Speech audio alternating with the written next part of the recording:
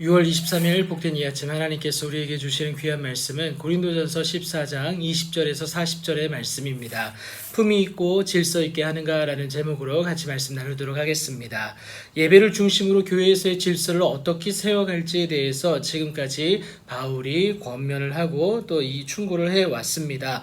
그리고 오늘 본문에서는요, 이것을 대조적으로 표현을 하는데요. 여러분 20절에 보면요, 이렇게 말합니다. 지혜에는 아이가 되지 말고 악에는 어린아이가 되라. 그러니까 장성한 사람이 되라 라고 분명히 말을 하고 있습니다.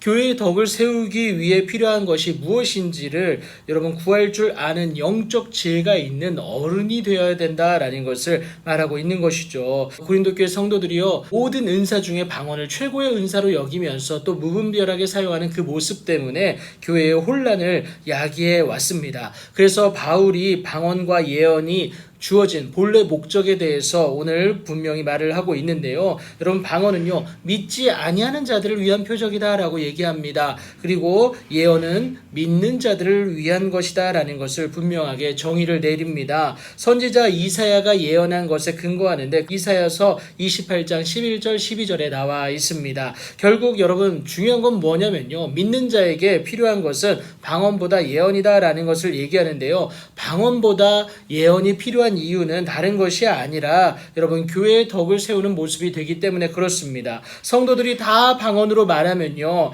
알지 못하는 자들이나 믿지 않은 자들이 보고 뭐라고 하겠습니까? 미쳤다라고 말할 수가 있기 때문에 조심해야 된다라는 겁니다. 하지만 예언은 뭐냐면요, 예언은 책망과 판단을 통해서 잘못을 발견하고요, 또 그것으로 인하여서 회개케 하고 그래서 하나님이 원하시는 그 모습으로 나아갈 수 있게 하는 그 모습이 있기 때문에 이것이 우리에게 필요하다라는 것을 바울이 분명하게 말하고 있습니다. 반면에 통역이 없는 방언은요, 오직 자기와 하나님께만 해야 된다라는 것을 분명히 얘기합니다. 예언에 대해서도요, 여러분 분별이 있어야 되고요, 순서와 차례를 지켜야 된다라는 것을 여러분 30절 31절에서 말을 하고 있습니다. 하나님이 원하시는 것은 화평이기 때문에 그렇습니다. 이것에 대해서 주의하지 않으면요, 예배는 무질서해질 수밖에 없고요, 결국 예배의 주인공이신 하나님을 외면케 되는 여러분 그런 잘못을 우리가 저지를 수가 있다라는 겁니다. 그래서 아무리 좋은 은사일지라도요, 남용해서는 절대 안 된다라는 것 여러분 꼭 기억하시기 바랍니다.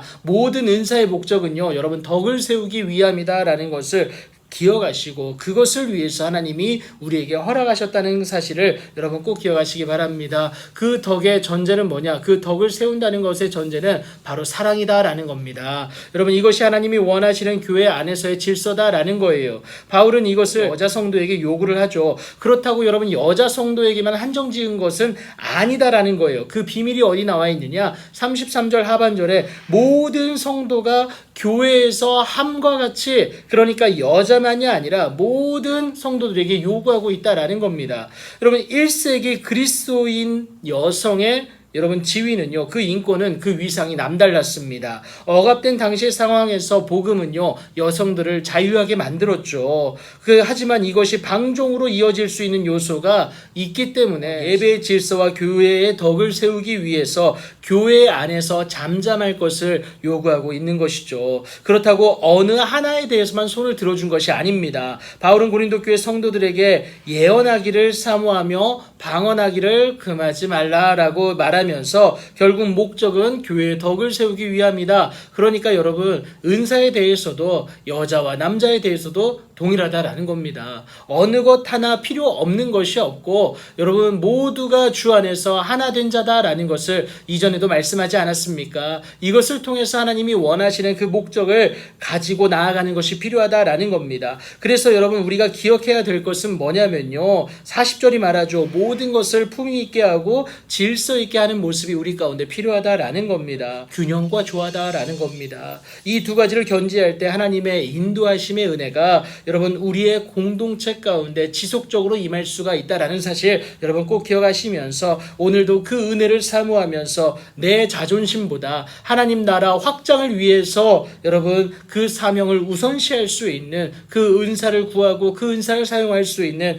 여러분들 되길 축복합니다. 그리하면 여러분 나로부터 시작되는 하나님의 놀라운 은혜와 능력의 주인공 우리가 될 수 있다는 사실 꼭 기억하시고 그렇게 하나님 앞에 나아가는 여러분들 되기를 예수님의 이름으로 축복합니다.